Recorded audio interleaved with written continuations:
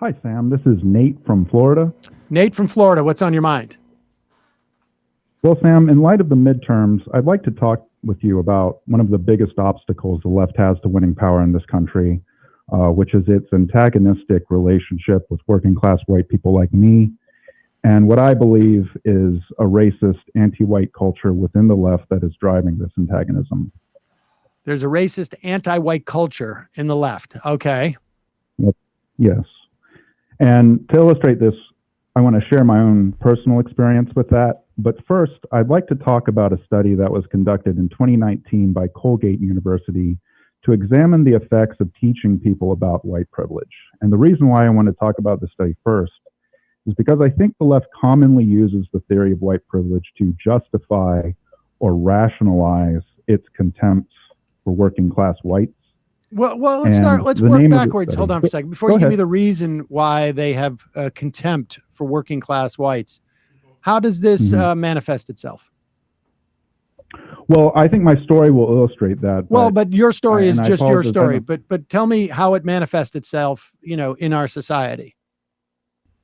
Okay. Well, I think that since the left is really the main political force fighting for working class white people, what ultimately happens as a result of left-wing anti-whiteness is that white people, particularly white convicts and white working poor, are denied a kind of social or political agency within the left. Because they're white. Is it okay if I continue? Yes. Well, so you're saying it's not a function of there are black working class people whose working class status is more respected than white people's working class status, and how does that manifest itself? Okay. Well, okay. To answer your point, then let me talk to you about this study, because I think you had a guy on from Colgate University recently. But the name of the study, if your audience wants to look it up, is Complex Intersections of Race and Class Among Social Liberals. Learning about white privilege reduces sympathy, increases blame, and decreases external attributions for white people struggling with poverty. Now, that title basically says it all, but what the study showed is that social liberals who were not given a reading on white privilege expressed roughly the same level of sympathy for a poor white person as they did for a poor black person. On the other hand, social liberals who were given a reading on white privilege were more likely to blame white poverty on a lack of individual merit or ability for the individual. And not only that, and this is more to my point, and I find it even more disturbing, what this study shows is that social liberals who accept the theory of white privilege have a tendency to develop a belief that white people actually deserve to be poor in a kind of moral sense. And the idea here is that white people have white privilege. Therefore, if a white person is poor, that means they've squandered their privilege. They've been frivolous. They've wasted their unearned benefits, which black and brown people do not have. And the bottom line to all of this, Sam, is that the left not only expresses less sympathy for poor white people, but more importantly, as I said, we often deny them agency in their own struggle. And that brings me to my story about the left's anti-white. Well, no, wait a second. You cited a study of 1,100 people in Colgate University that it changes, broadly speaking, they are more skeptical of white people who are living in poverty than they would otherwise be. Not skeptical, judgmental. Okay, more judgmental of white people living in poverty. How is this playing out in the political sphere? Because I look at what I look at what the Democrats did in the CARES Act. I look at what the Democrats tried to do with Build Back Better, and I see not someone who subscribes to the notion of white privilege, who's going around as some type of woke, but somebody who represented one of the whitest states in the country. Joe Manchin was the one who actually thwarted it. Like this was a proposal that would have put $300, would have made it permanent to put $300 per child in working class families. This is a proposal that would have reduced their medical bills. It was a proposal that would have allowed for universal pre-K. It would have allowed for daycare. And his aside from the sociology, I mean, the extrapolation that you're doing from this study, like there are no political implications. Even if I was to assume that it is the case that learning about white privilege, in some way implicates people's perspective on and judges white people and their poverty. The fact is that people who are the biggest, I guess, sort of like the wokest people, if you will, within the context of our politics, are the ones who are pushing the hardest for those people. That's just simply the case. Well, and I see your point, and I actually don't disagree. Like if you asked me who one of the biggest champions are for working class white people specifically in Congress right now, I tell you Ilhan Omar or Rashida Tlaib.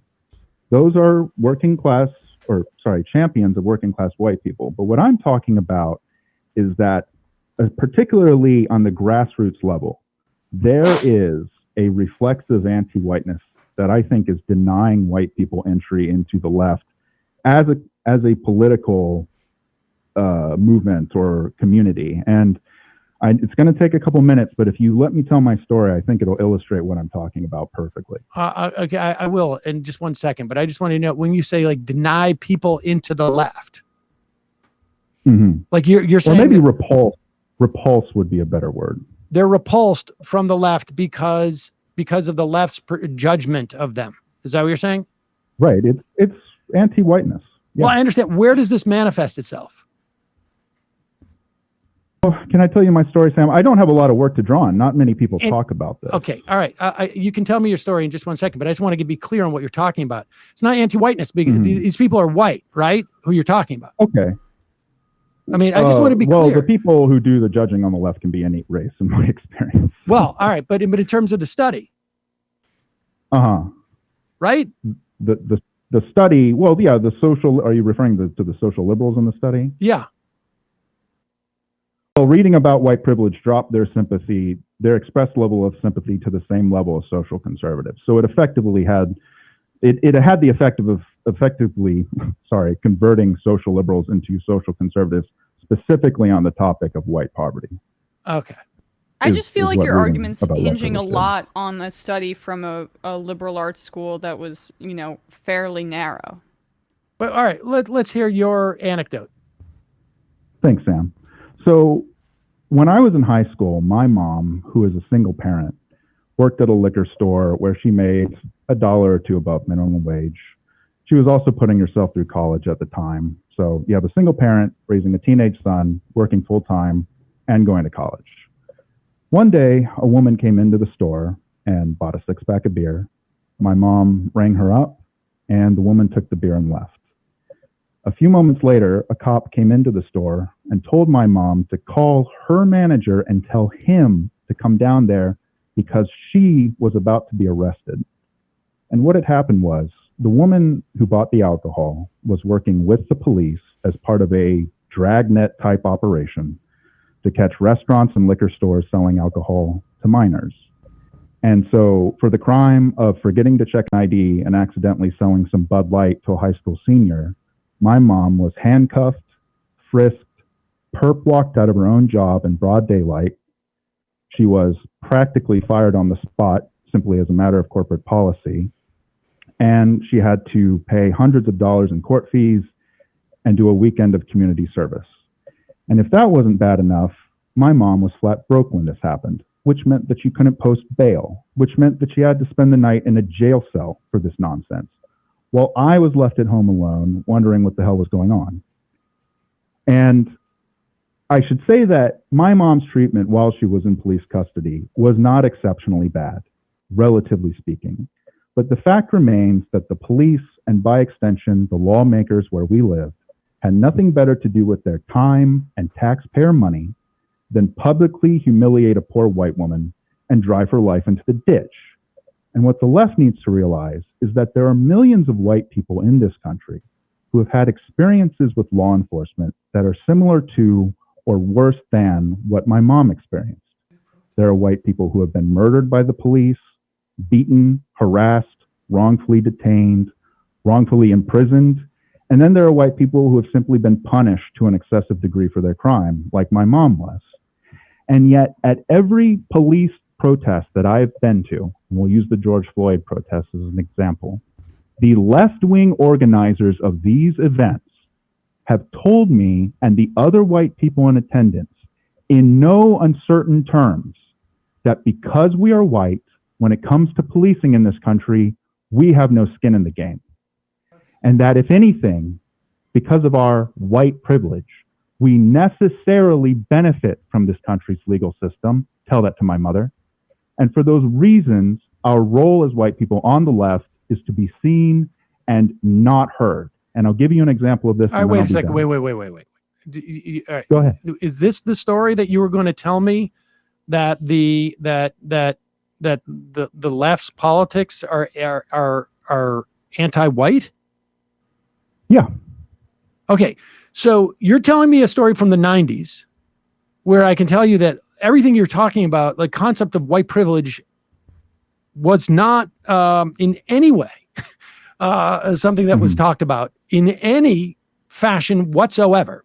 You should just be aware of this, right? Because in the 90s, I can tell you that I was in my 20s and 30s, and that was just simply not the case. And you are saying that because these and yes, I think there's a problem, broadly speaking, with the police. There is and certainly it is the problems with the police relative to poor people in this country are very much parallel in many respects to the problems with policing amongst black people. I think it is. I think some liberals and leftists would actually disagree with you, Sam, in my experience. Well, it's parallel, but I was going to add the treatment that your mother got, had she been black, may have been far worse. We don't know. I don't deny that. Okay. So and you're mad at these people who these protests were inspired by George Floyd, and the people that you talked to felt like they alienated you from those anti-police things. You feel it obviously very personally in this way. You have a unique story, at least to some degree, because as a child, I don't call that unique, but okay. As a child, you watched your mother, suffer at the hands of police, but I would caution you from sort of like extrapolating your experience across this entire movement. And B, I would also say that, fundamentally, it may be the case that there are people out there, activists, researchers, authors, who are insensitive and are a-holes. But as a political matter, right? As a political matter, and maybe they're failing in some instances to develop or to navigate building social alliances in the way that they should. But I think it's like I think you're over-crediting your experience as being indicative of what's going on.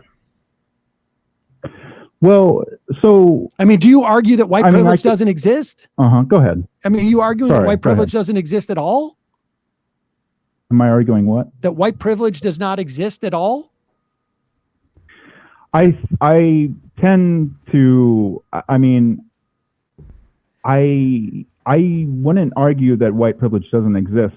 However, I think that the way, like the political application, there's kind of like the academic definition of white privilege, which is basically like, okay, as a white person, you don't face a very particular kind of discrimination, at least not systemically. And also,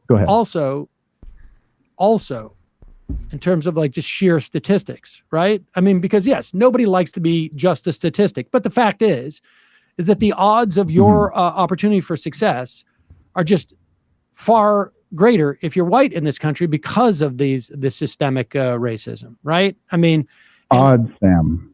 I know nobody likes to be a statistic. It's not a guarantee of anything, but it is when we talk about broad, like this is the sort of, we had this with like, the vaccination, right? I mean, like this is when you're talking about public policy, this is what you go by, and so white privilege, we can agree, white privilege exists. So what do you want people to do with that information? Do with the information that white privilege exists? Yes. I want people to stop demeaning the struggle of white people. Well, I mean, I don't know. By way of white privilege. Well, okay. All right. So white privilege exists. It's certainly not as widely as accepted as it should be in the context of our society. But your argument is that when white privilege is taught to people or expressed, they become racist against whites.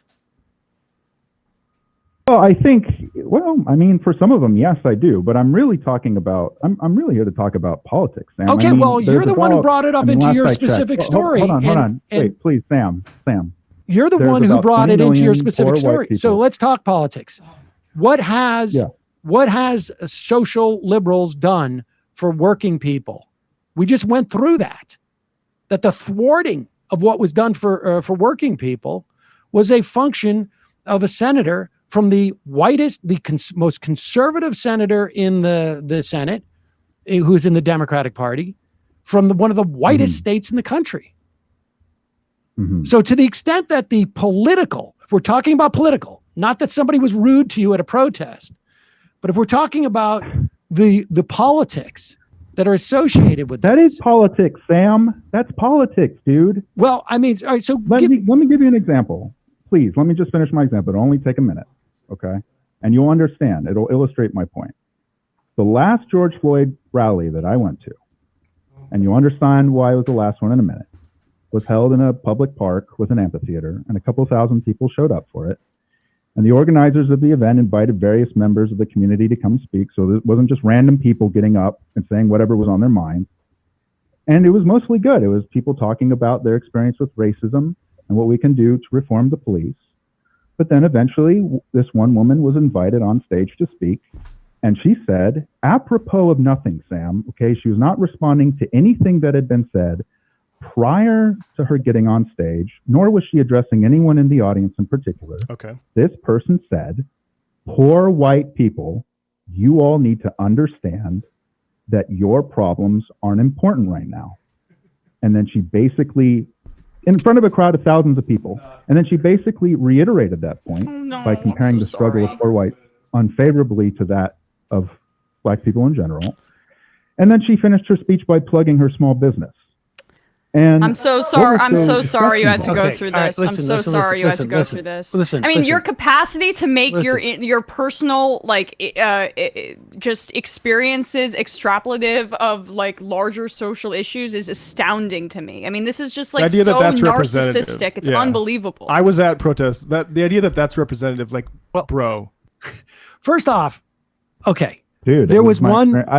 Nate, hold on for a second. Go ahead. So there's one speaker there out of the how many 5 10 that about that or 5 or 10 that said something that offended you. Now on some level, like, let's be clear, it was the protests around George Floyd and the historical dynamic of black people being policed in a much different way than white people. Now, that's not to say that white poor people aren't subject to problems with the police. But I think what that's, I'm just going based upon what you said. You don't think it's appropriate for this speaker to say at this rally about George Floyd and about policing on black people that the story of poor white people right now is not the time, i.e. this protest is not about you. Like and I you said, think Sam, that nobody brought up poor white people. She brought the struggle of poor white people into the conversation just so that she could smack us down. And what was really she was not smacking you down. Please, she was just saying no. But you're like I'm just going based upon what you characterized. Okay, so you didn't like the fact that she brought it in and she wanted it to be focused on the black struggle, but you don't like the idea that she mentioned poor white people. Is that it? She made it like the thesis of her speech, right? And what it was disgusting. Okay, so you didn't like her speech, Sam, but this was a rally for George Floyd, and she made it about poor white people as a way to demean poor white people. And what was terrible about it, I'm almost done, wasn't just what she said, which is essentially that poor white lives don't matter unless she says so. What was terrible about it was the crowd's reaction. Listen. This is pathetic. This is you are like this is you being incredibly defensive about what was going on there. And the fact of the matter is that we don't have there is no white people struggle. There may be a class struggle, but there is no white people struggle in this country. There may be people, and without a doubt, there is a class struggle in this country, and that includes white and black working class people. There have been in this country, like you concede, hundreds of years of systemic. I'm a leftist. 100 years of systemic diminution of black people in this country, and both in terms of like political power and in terms of economic power and in terms of social power. And this is a movement that comes up once in a generation that is centered on the way that black people are policed in this country, which certainly, if we got the reforms that this would have brought about, would certainly help white people. But what you're talking about is like you felt personally disrespected, and you are the one who is making this as if it is inhibiting the politics, presumably of the Democratic Party, to deliver material benefits for white people who are poor. Yeah. And no, not just white people. Everybody, Sam. Everybody who's poor. Well, no, everybody. I mean, if we're talking about winning power in this country, we need as many people on board as we can get. So when the left alienates poor white people, it's not just me, the guy in the crowd who got his feelings hurt. Well, so far, I mean, it sort of sounds has like a ripple effect.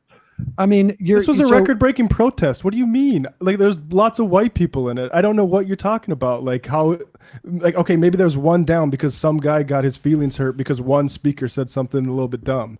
Like, this was I'm not sure. Like, not an isolated event. This is really not an isolated event. This is all in your head. I mean, look. Okay. It's a choice that you can make. I mean, it's a choice that you can make.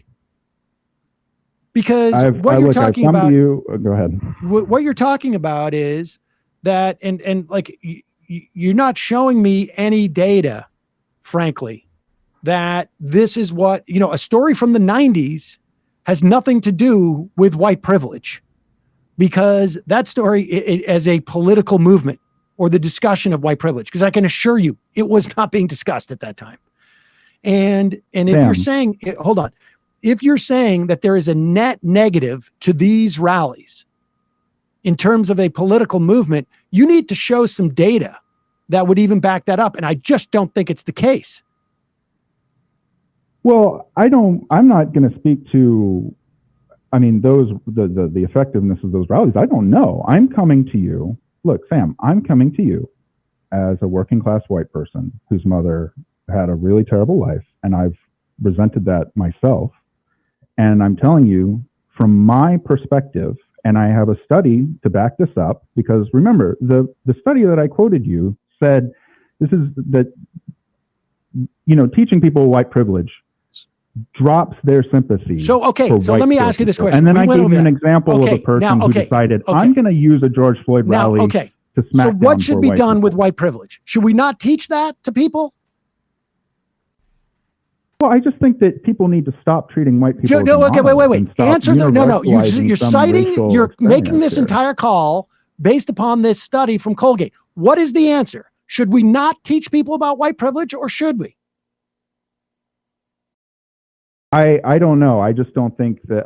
How do you not know the answer to that question? It is the fundamental thing that you're calling in about. I get it. Your mother was treated poorly and got screwed over by the system and by the cops. I get that. But when you're talking about a study, you're saying when white privilege is taught, it does this, and you're convinced that has like major implications to society. So what should we do with that information about white privilege? Do you think it's real? I just, like I said, I think that the left shouldn't treat white people as a monolith and should be more aware and more conscious. I don't believe the left treats white people as a monolith. I don't accept that. The only thing that we have data on, you're just making that assertion. The only thing we have data on is that study. And I'm asking you, do you think white privilege is real? And if so, do you think it should be taught to people? The concept. You already asked me this, and I said yes, but I also, I think that I agree with Barbara Field's assertion that it's wrong to frame that sort of thing in that way, and that the discussion really should be about rights rather than privileges. I'll be honest, I didn't expect such a negative reaction. Does Barbara Fields talk about anti-whiteness though? I apologize. Well, but you're making it. The thing is that it's one thing to say that we need to figure out a way of making people aware of the dynamics of race in this country, and that we have a problem because there's a big portion of the country that is racist, and we may not want to alienate them if we can avoid it. And how can we go about that? But you're making these broad assertions that the left is anti-white. And I'm sorry, that's just ridiculous. It's ridiculous. Well, it wasn't ridiculous for me when I was standing in a crowd of people and that woman said that and no one called her out on it. People were okay. I think it's ridiculous. I don't think what she said was anti-white. No one had a problem with it. And I don't think what she said was anti-white. It was one speaker out of 10. Like, I don't know how you think you can go to a protest and not be exposed to ideas that are maybe too much in one direction for you. Like, that's how this stuff works. But I also don't even think it was anti-white. Right. Well, I disagree with you, Sam. Well, right. But Matt, to address your point, we're gonna let you go now, Nate. I am responding. Okay. No, I know, but you're white, and I can't let you speak anymore. That was a joke. Nate, you there? No, sorry. I'm there. Thanks. Okay, that was a joke. Last part was a joke. It was my friendly way of trying to break the tension. I appreciate it. All right, thanks. I think that you can grant the privilege study. I'd like to see more stuff on that without saying that the left is anti-white. Yes, I just think that's wild. I think because of one speaker at one George Floyd rally. But I think here is study from Colgate. I also think that what people don't seem to understand, whether you're talking about Me Too or political correctness or wokeness or speech, when a movement attempts to provide some justice in society, broadly speaking, I think there are going to be elements of that movement that go too far, because the fact is it's going to get pulled back. It's going to get pulled back, further than it should be. Yeah, there are also black Hebrew Israelites in the George Floyd protests, right? I'm not going to disqualify myself from that because somebody said they're the real Jews of the Bible.